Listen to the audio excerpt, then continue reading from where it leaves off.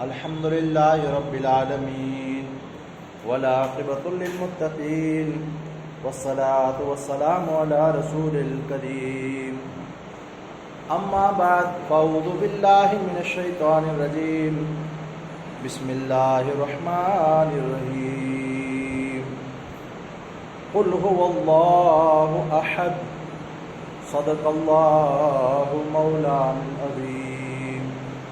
محترمین، سادات کرام، بزرگوں، دوستوں، بچاؤ، السلام علیکم ورحمۃ اللہ وبرکاتہ.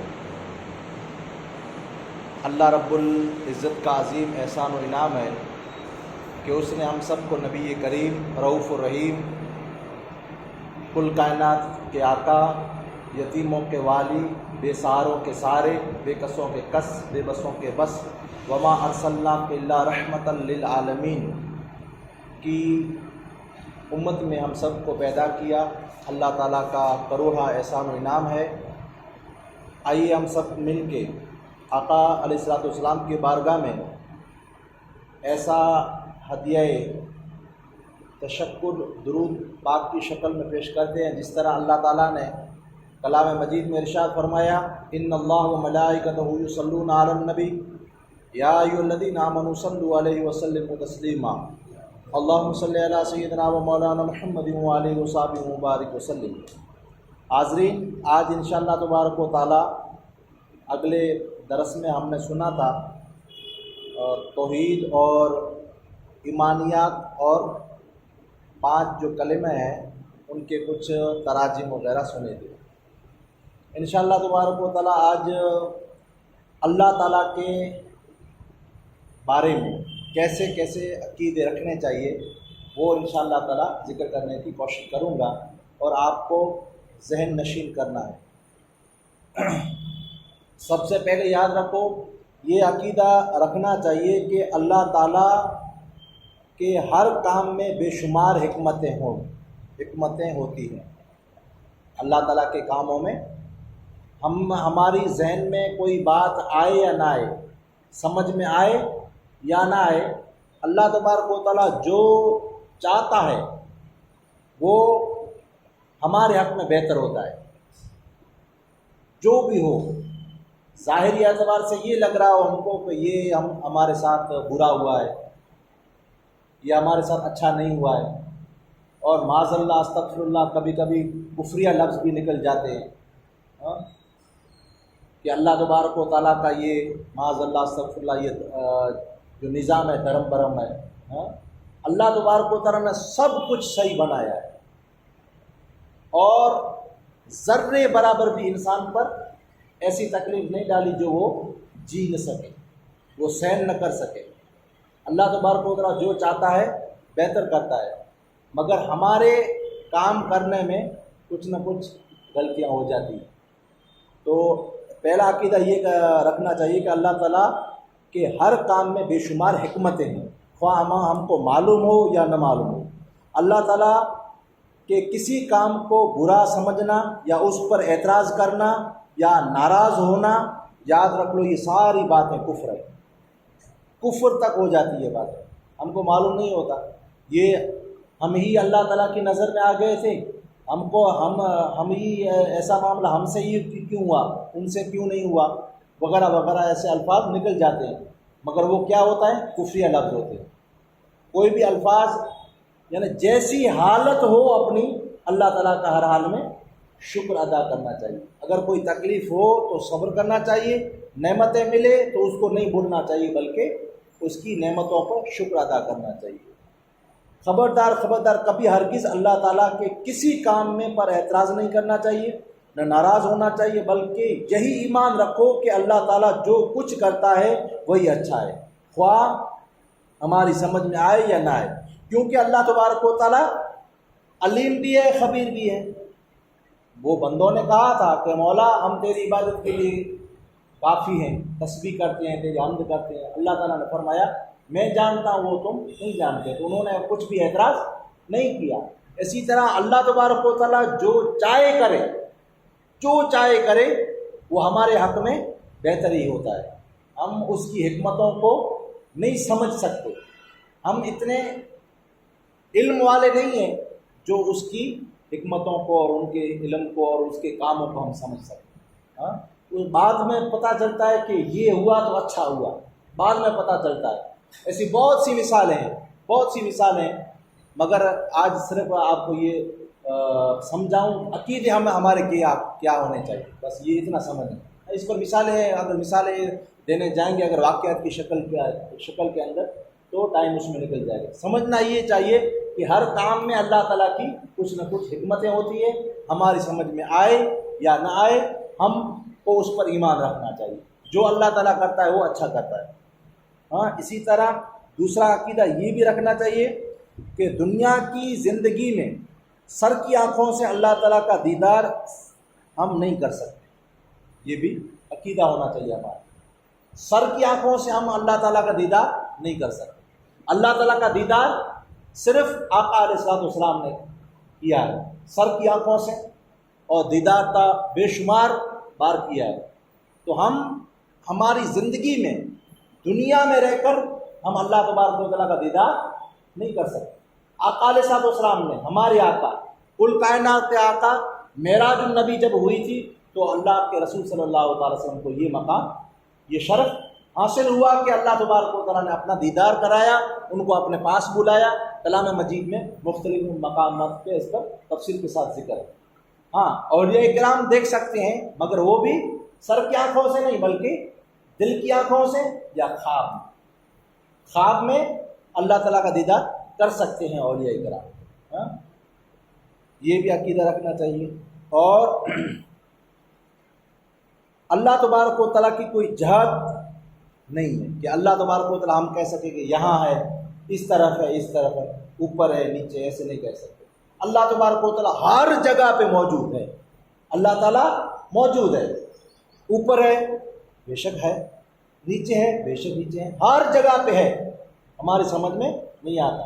ہاں، ایسی کوئی چیز نہیں ہے جہاں اللہ تبارک و تعالیٰ نہ ہو، ہر جگہ پہ اللہ تبارک و تعالیٰ کی ذات، اللہ تعالیٰ کی علم اور فہم اور اللہ تبارک و تعالیٰ کی رحمت موجود ہے۔ اور اللہ تبارک و تعالیٰ کے مکان میں کسی کو قید کر لینا، ہاں، تو وہ مکان میں نہیں آ سکتا۔ اللہ تبارک و تعالیٰ کسی جگہ پہ قید نہیں کر سکتے ہم اللہ تعالیٰ۔ مخلوق جیسے قید ہو سکتی ہے، ہم ایک مسجد میں آ گئے، تو اسی طرح اللہ تبارک و تعالیٰ کسی جگہ میں نہیں آ سکتا۔ ہاں، یہ عقیدہ رکھنا چاہیے ہم کو، اور یہ عبادتیں جو ہم کر رہے ہیں اس سے پہلے یہ عقیدہ ہونا چاہیے تاکہ عبادتیں قبول ہوں۔ یہ بہت سو کو معلوم نہیں ہوتا، اور تو عبادتیں بھی رد ہو جاتی ہے اگر یہ عقیدہ نہ ہو۔ تو اللہ تبارک و تعالیٰ کی کوئی جگہ یا زمان میں نہیں ہے کہ اس زمانے میں تھا، ابھی نہیں ہے، آگے ہوگا۔ ہاں، ہمیشہ سے ہے اور ہمیشہ رہے گا۔ ہاں، اس کی کوئی ابتدا نہیں ہے، بگننگ نہیں ہے، آغاز نہیں ہے، شروعات نہیں ہے، اس کا اینڈ بھی نہیں ہے۔ بس اتنا سمجھنا چاہیے کہ ہمیشہ سے، کب سے؟ ہمارا عقل بھی نہ تھا تب، فہم نہ تھا، بصیرت نہ تھی، کچھ بھی نہ تھا، اللہ تھا۔ ہاں، تو اس کے علاوہ یہ بھی عقیدہ رکھنا چاہیے کہ اللہ تبارک و تعالیٰ کی حرکت جیسے ہم کرتے ہیں، حرکت کرتے ہیں پھر ٹھہر جاتے ہیں پھر چلتے ہیں، اس طرح بھی عقیدہ نہیں رکھنا چاہیے۔ اللہ تعالیٰ کی کوئی حرکت اور سکون سے اللہ کی ذات پاک ہے۔ اللہ کیا ہے؟ سبحان الذی، سبحان الذی اسرا، اللہ تعالیٰ ان تمام حرکات سکون سے اور شکل سے بھی پاک ہے۔ اللہ تعالیٰ کوئی شکل بنائے کہ ایسے ایسا اللہ ہوگا، چاند جیسا لگ رہا ہوگا، سورج جیسا لگ رہا ہوگا، معاذ اللہ، استغفر اللہ۔ اللہ تعالیٰ کی کوئی نرنجن آکار، اس کا کوئی بھی آکار نہیں ہے۔ اللہ تعالیٰ کا کوئی آکار بنا ہی نہیں سکتا، ہے ہی نہیں اس کا کوئی آکار۔ اور یہاں ہم یہاں بیٹھ کے نہیں سمجھ سکتے اللہ تعالیٰ کو۔ ہاں، قیامت کے دن دیدار ہوگا اللہ تعالیٰ کا، یاد رکھیں۔ اللہ تعالیٰ کا آقا علیہ السلام نے فرمایا، صحابہ کرام نے اس پر عرض کیا جب یہ عقیدہ بیان کیا، تو آقا علیہ السلام نے فرمایا کہ جیسے تم 14ویں رات کے چاند کو جیسے دیکھ سکتے ہو نا ابھی، جیسی حالت میں، جیسی کیفیت میں، اسی طرح اللہ تعالیٰ کا دیدار کرو گے اور نصیب ہوگا۔ اور قیامت کی بڑی نعمتوں میں سب سے بڑی نعمت تو یہی ہے۔ ہاں، اللہ تعالیٰ کا دیدار یہ بڑی نعمت ہے اللہ تعالیٰ کی۔ کل قیامت کو دن اللہ تبارک و تعالیٰ یہ نعمت اس جگہ دے گا اللہ تعالیٰ، مگر دنیا میں اس آنکھ سے ہم نہیں دیکھ سکتے۔ ہاں، قیامت کے دن ضرور دیکھیں گے، ہر مومن دیکھے گا، ہر مسلمان دیکھے گا، اہل ایمان دیکھے گا قیامت میں کہ اللہ تبارک و تعالیٰ وہاں کیفیت معلوم ہوگی ہم کو، او ایسا تھا اللہ تعالیٰ، ہاں پھر وہاں آنکھیں کھل جائے گی، مگر یہاں وہ ہمارے اندر سافٹ ویئر داخل ہی نہیں ہے جو ہم اس کو جذب کر سکیں، ایسا چیز ہی فٹ نہیں ہے ہمارے میں، ہاں جو ہم کو اس کو سمجھ سکیں، کیونکہ اللہ تبارک و تعالیٰ کا علم سمجھ سکتے ہیں، فہم سمجھ سکتے ہیں، بصیرت سمجھ سکتے ہیں، وہ اس کی یعنی مکان، زمان، کیفیت، حالت، صورت، ان تمام چیزوں سے ورا ہے۔ کیوں کہ یہ ساری چیزیں مخلوق میں آتی ہیں اور محدود ہوتی ہے، اور کہیں نہ کہیں اس کی ٹھہر جاتی ہے کہ ایسی ہوگی، ایسا ہوگا، ایسی ہوگی، اس طرح ہوگا، ایسا اس طرح ان تمام چیزوں سے اللہ تعالیٰ کی ذات پاک ہے۔ بس ایمان رکھنا چاہیے، کیا اسی کو تو ایمان کہتے ہیں، بن دیکھے یؤمنون بالغیب، بس۔ ہاں، اور اسی طرح یہ بھی چوتھا عقیدہ رکھنا چاہیے کہ وہ مخلوق کی تمام صفتوں سے پاک ہے۔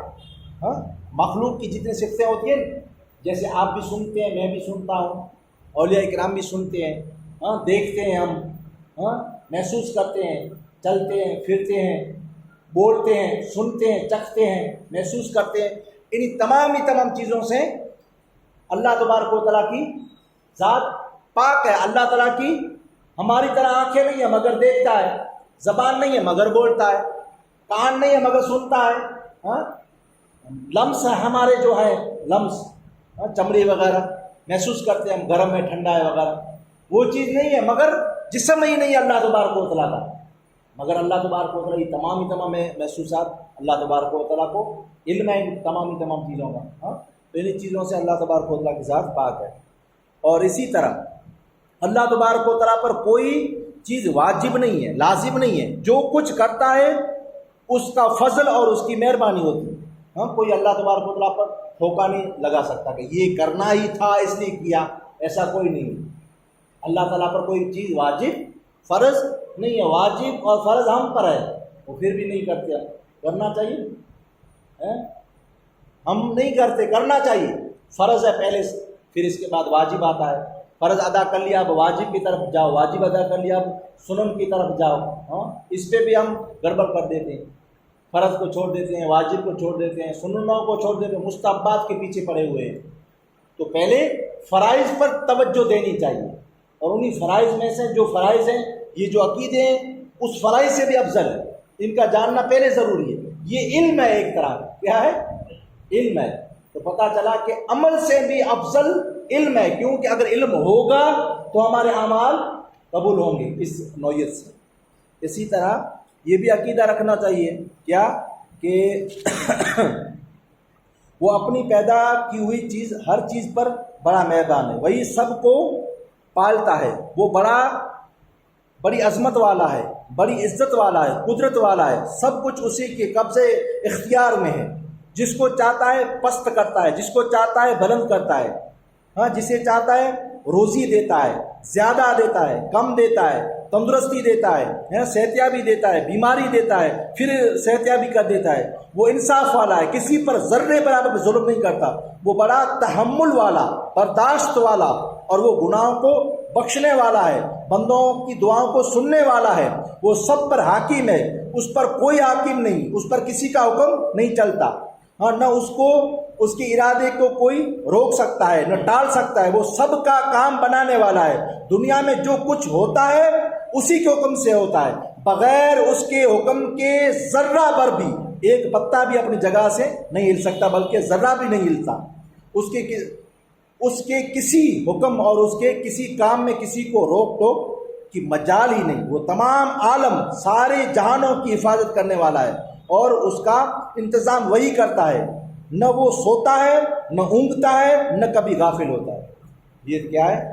یہ تمام چیزیں اعمال صالحہ کرنے سے پہلے ہمارے ذہن میں ہونا چاہیے کہ یہ سب کچھ اللہ تبارک و تعالیٰ کر سکتا ہے، یہ چیزیں یہ اللہ تعالیٰ کی ذات ہے، اس پر ایمان ضروری ہے، لازم ہے، فرض ہے، وہ بھی فرض نہیں ہے ایسا ہی کہ ادا کیا چند باب، بلکہ فرض عین ہے یہ چیزیں۔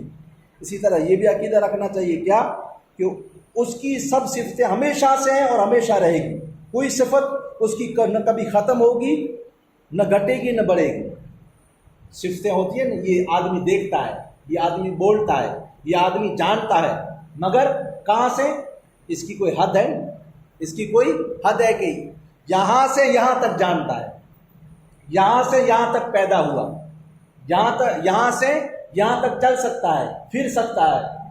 اسی طرح اللہ تبارک و تعالیٰ کی صفتیں ایسی نہیں ہیں، وہ ہمیشہ سے جانتا ہے اور ہمیشہ جانتا رہے گا، وہ ہمیشہ سے دیکھتا ہے اور ہمیشہ دیکھتا رہے گا۔ اسی طرح ہزارہ صفتیں جو انسانوں کی ہوتی ہیں وہ بھی اس سے علاوہ ماورا ہیں۔ تو یہ سارے عقیدے ہمارے ذہن میں پہلے سے موجود ہونے چاہیے۔ اسی طرح وہ کلام فرماتا ہے، لیکن اس کے کلام ہم لوگوں کو کلام کی طرح نہیں ہوتا۔ وہ زبان، آنکھ، کان وغیرہ اعضاء سے کیا ہے؟ پاک ہے، ہر عیب اور ہر نقص سے اس کی ذات پاک ہے، ہر کمال اس کی ذات میں موجود ہے۔ سمجھ میں؟ اس میں کوئی بھی نقص نہیں ہے، اس میں کوئی بھی کسی کی طرح کی عیب نہیں ہے۔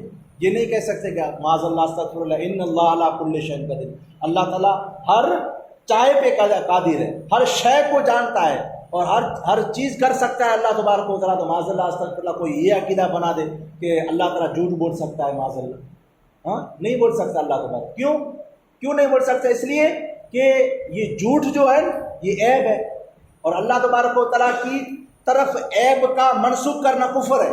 کوئی بھی عیب اللہ تبارک و تعالیٰ کی ذات کی طرف ہم نہیں کر سکتے۔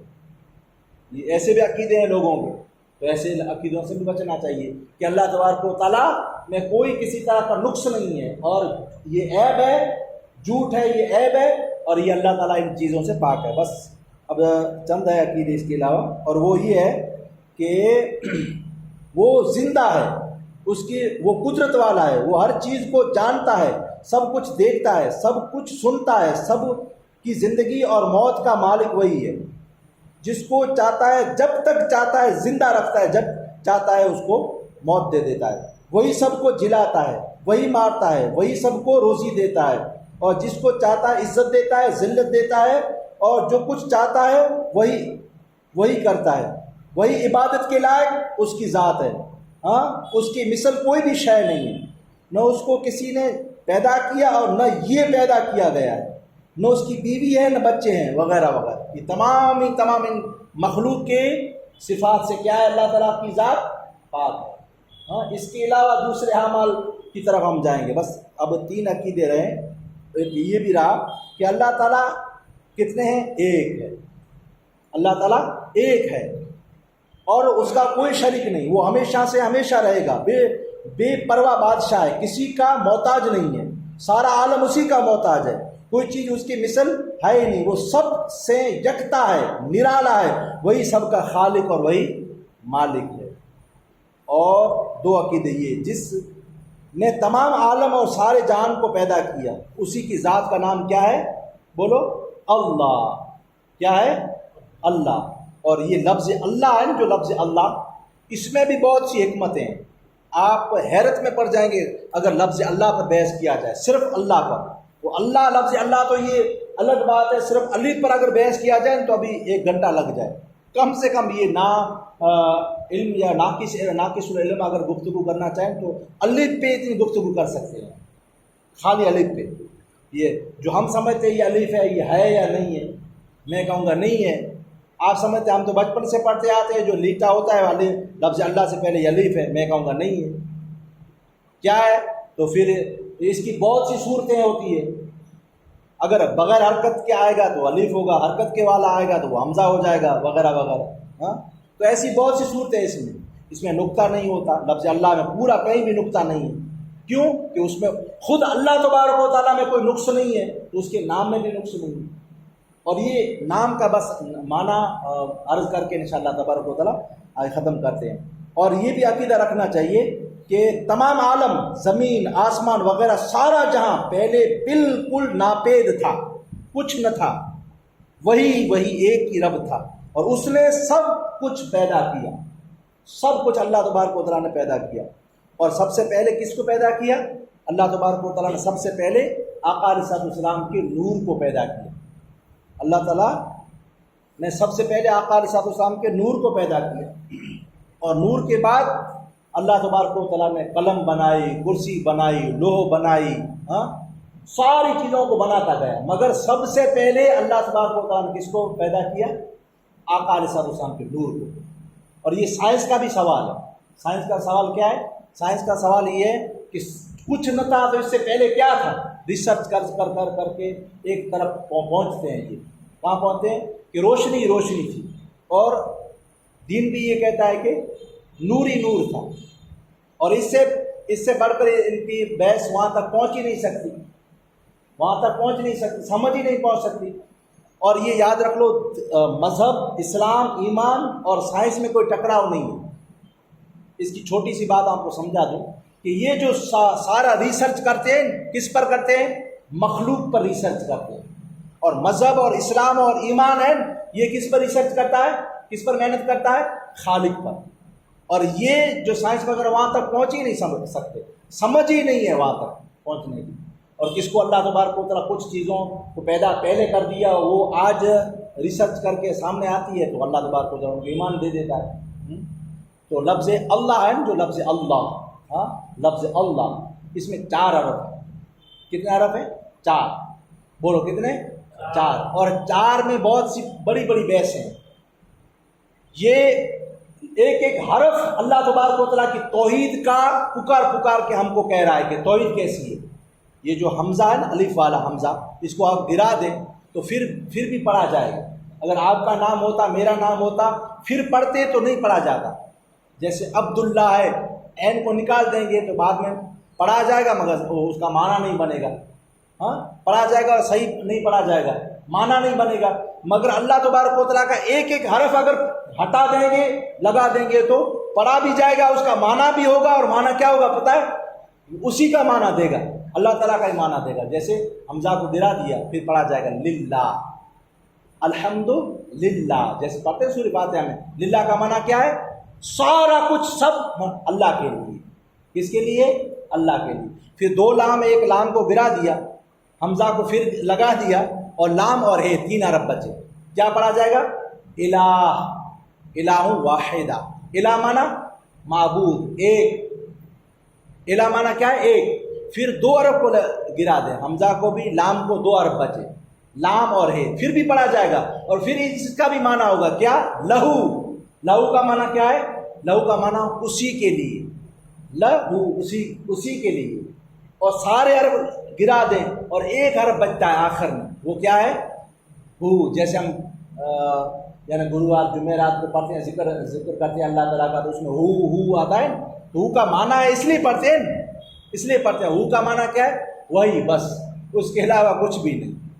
تو یہ اللہ تبارک و تعالیٰ کی تمام صفتیں تھیں، ان کے متعلق کچھ معلومات تھی جو میرے پاس تھی، آپ کو عرض کیا ہے۔ تو یہ سارے عقیدے رکھ کے انشاءاللہ تبارک و تعالیٰ دوسرے کام شروع کریں گے، تو اللہ تبارک و تعالیٰ ہمارا حامی و ناصر ہوگا انشاءاللہ تعالیٰ۔ اللہ تبارک و تعالیٰ ہمارے حال پہ کرم عطا فرمائے۔ السلام علیکم ورحمۃ اللہ وبرکاتہ۔